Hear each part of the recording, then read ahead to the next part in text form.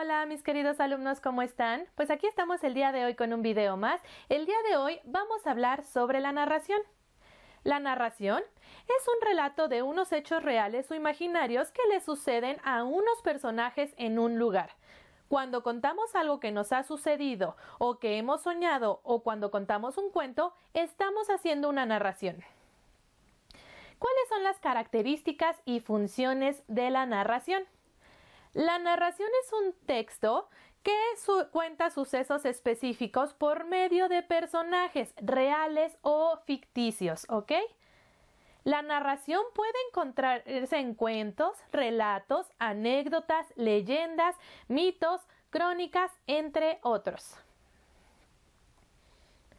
Las narraciones son textos literarios que presentan una serie de acontecimientos reales o ficticios.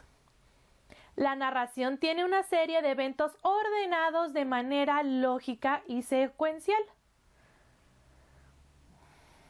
Ahora, ¿cuál es la estructura de una narración? La narración debe de tener un inicio o presentación, un desarrollo o nudo y un final o desenlace.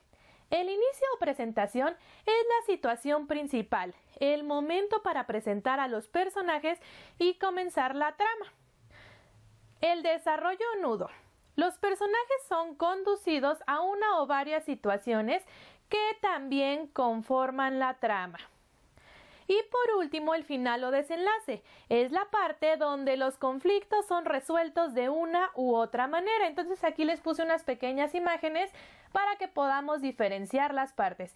Inicio o presentación. Aquí si quiero hacer un cuento con estas imágenes, en el inicio podría decir que érase una vez una familia integrada por la mamá, el papá y el pequeño niño que habitaban en una selva.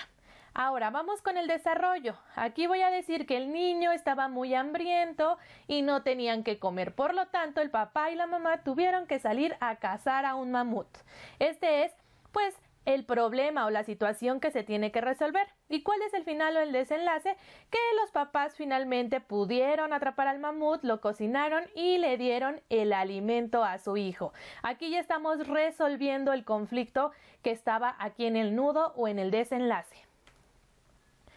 Ahora, ¿cuáles son los elementos de la narración? Sus elementos es narrador, personajes, espacio y tiempo. Y vamos a ver en qué consiste cada uno de ellos. Empezamos con el narrador. Es quien cuenta la historia. Puede ser un personaje, un testigo o alguien que solo cuente la historia. Personajes. Personas, seres fantásticos, animales u objetos que forman parte de la historia. El espacio es el lugar en donde ocurre la historia. Pueden ser lugares reales o lugares imaginarios. Y por último tenemos el tiempo. Es el momento cuando ocurren los hechos. Puede ser durante el presente, el pasado o el futuro. Ahora, tenemos dos tipos de narradores. Tenemos el narrador interno. Se emplea la primera persona, dado que participa en la historia como personaje. Entonces, acuérdense que la primera persona es yo. El narrador aquí tiene un personaje dentro de la historia y narra también la historia. Y tenemos un narrador externo, que se usa la tercera persona. Sabemos que la tercera persona es él, ella, ellas o ellos. Entonces, el narrador externo usa la tercera persona ya que no participa en los hechos que se relatan. O sea, este narrador solo cuenta la historia desde afuera, no es ningún personaje de nuestra narración. Aquí tenemos este pequeño fragmento que es del patito feo. Dice, un hermoso día de verano, los huevos de la mamá pata comenzaron a eclosionar y cada uno de los patitos nacidos llenó de felicidad a todos los presentes.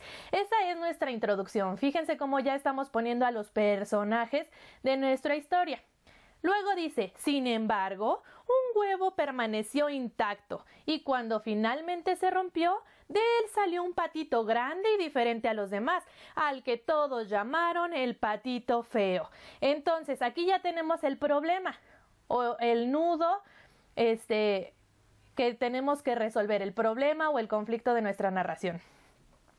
La mamá pata se avergonzó de tener un patito tan feo y lo apartó mientras daba atención a los otros patitos.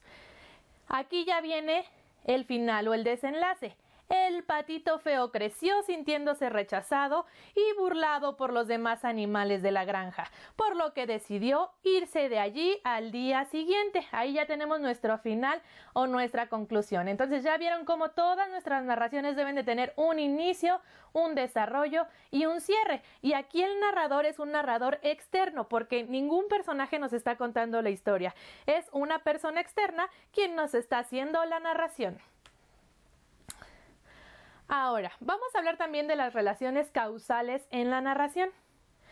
Las relaciones causales son situaciones que se vinculan porque son causa de una consecuencia o bien una consecuencia de una causa. La relación entre causa y efecto sucede cuando una acción causa una reacción. Aquí es cuando en la narración problematizamos alguna situación y entonces la historia da un giro y los personajes cambian a lo mejor de personalidad o a lo mejor actúan de manera diferente.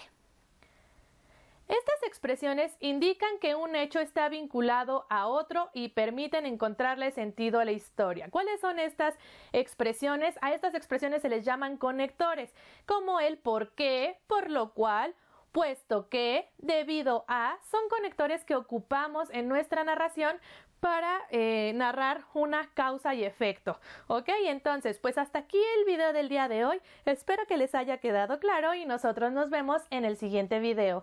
Yo les mando muchos besos. Bye.